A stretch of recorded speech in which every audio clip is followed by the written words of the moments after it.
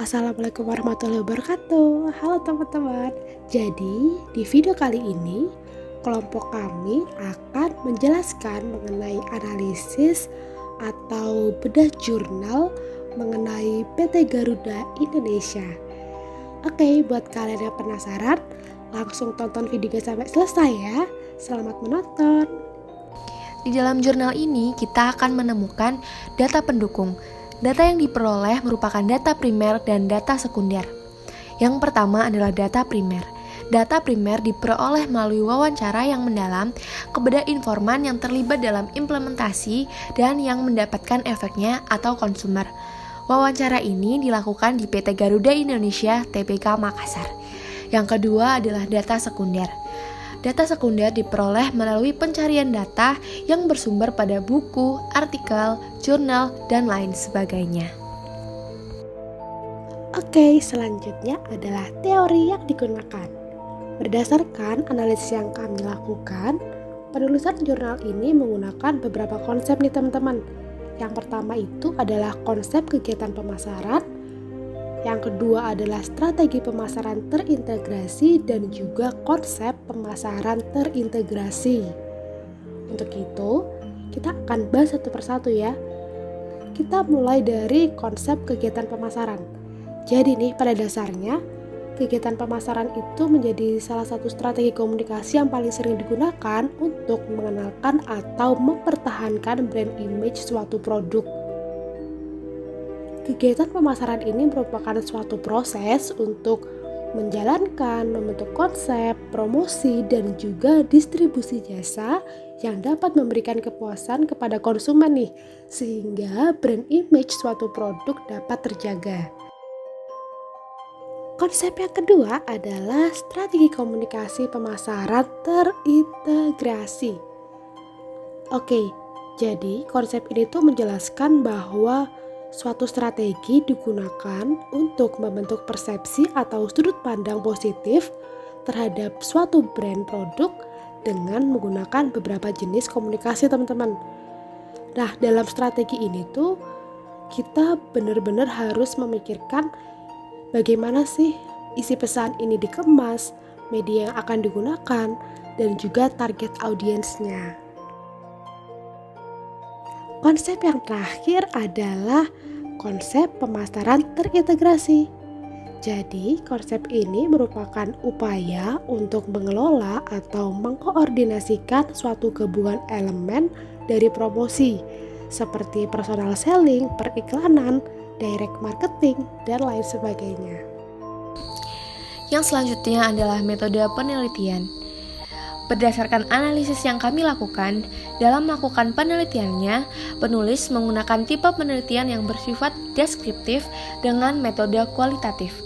Penelitian dengan metode tersebut menggunakan cara analisis sehingga data yang diperoleh berupa fakta yang berada benar-benar di lapangan. Penulis menggunakan dua teknik untuk mengumpulkan data yang dikumpulkan. Yang pertama adalah data primer, di mana pengambilan data menggunakan teknik ini didapatkan dengan melibatkan partisipasi aktif dari peneliti. Biasanya data primer bisa didapatkan dengan cara observasi, kuesioner, wawancara, dan lainnya. Di dalam jurnal ini, penelitian dilakukan menggunakan data primer melalui wawancara secara mendalam kepada informan. Yang kedua adalah data sekunder. Pengambilan data dengan teknik ini mengambil ataupun mengutup sumber data secara tidak langsung atau menggunakan media perantara seperti bacaan buku, jurnal, berita, artikel, dan lainnya. Dalam menentukan informan yang akan digali informasinya, penulis menggunakan teknik purposive sampling dengan mengambil 3 informan dari pelaku komunikator yang terlibat dalam pengimplementasian dan 6 orang informan dari penerima manfaat, yaitu tidak lain dan tidak bukan adalah konsumen dari Garuda Indonesia. Selanjutnya, hasil penelitian. Hasil penelitian didapat dengan menggunakan metode wawancara mendalam dengan narasumber yang sesuai dengan pedoman wawancara, serta mempelajari data-data yang diberikan oleh staf marketing communication, Markom, PT Garuda Indonesia Persero Tbk Makassar. Hasil wawancara yang dilakukan selama melaksanakan penelitian adalah bentuk-bentuk strategi komunikasi pemasaran yang dilakukan oleh PT Garuda Indonesia, yaitu pertama, menggunakan media lini atas untuk periklanan, misalnya billboard, banner, TV komersial, media cetak, dan sosial media. Yang kedua, mensosialisasikan keuntungan-keuntungan menggunakan Garuda sebagai maskapai penerbangan. Yang ketiga, mengadakan event Garuda Travel Fair untuk memberikan penawaran khusus di bawah harga normal. Yang keempat, memilih partnership yang sesuai dan tepat agar branding premium tetap melekat di Garuda. Yang kelima, meningkatkan penjualan dari travel agent dengan memberikan diskon. Dan yang keenam, meningkatkan pelayanan dan fasilitas, terutama dari standarisasi dan performance flight attendant. 6 hal yang dilakukan oleh PT Garuda Indonesia tersebut sudah sesuai dengan model komunikasi pemasaran terintegrasi atau IMC. Dimulai dari periklanan yang sudah dilakukan dengan media billboard, banner, dan TV komersial, lalu promosi penjualan melalui partnership, dan melalui acara khusus seperti Garuda Travel Fair yang juga melibatkan travel agent agar dapat menambah pemberian harga khusus bagi konsumen. Dan yang terakhir, yaitu pemasaran langsung yang dilakukan dengan menggunakan surat, email, dan alat menghubung lainnya agar mendapatkan feedback langsung dari konsumen atau calon konsumen PT Garuda Indonesia. Humas dan publisitas Garuda adalah bagian dan yang bertanggung jawab atas penyusunan strategi IMC yang mengarah kepada segmentasi ataupun target pasar. Jadi, dapat disimpulkan bahwa strategi komunikasi pemasaran yang dilakukan oleh PT Garuda Indonesia sangatlah mengedepankan brand awareness tentang nilai premium dari maskapainya. Label premium dan prestige sangatlah diutamakan oleh Garuda Indonesia sebagai maskapai nomor 1 di Indonesia. Yang terakhir adalah analisis keseluruhan.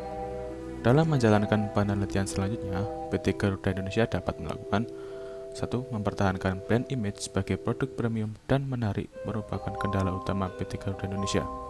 Di saat PT Garuda Indonesia menurunkan harga pasarannya, kemungkinan besar akan memengaruhi brand image sebagai produk premium. Kemudian, dalam mempertahankan pasar, PT Garuda Indonesia bisa melakukan competitor review, di mana pihak Garuda Indonesia dapat meneliti perbandingan daya saing kompetitor di pasar. Kemudian, peneliti dapat memeriksa salah satu keluhan konsumen terkait marketing PT Garuda Indonesia yang tidak sesuai dalam melakukan promo yang ingin ditawarkan konsumen. Promo tersebut belum tentu sesuai seperti yang diiklankan. Yang terakhir adalah peneliti dapat meneliti price sensitive, di mana terdapat masalah utama pada switcher market yang suka berpindah-pindah karena lebih mementingkan harga murah dibanding brand yang berkualitas. Oke teman-teman, jadi itu aja yang bisa kelompok kami jelaskan mengenai analisis atau bedah jurnal pada PT Garuda Indonesia. Semoga apa yang sudah tadi kami jelaskan dapat bermanfaat ya untuk kalian. Sampai bertemu di video selanjutnya. Bye-bye. Wassalamualaikum warahmatullahi wabarakatuh.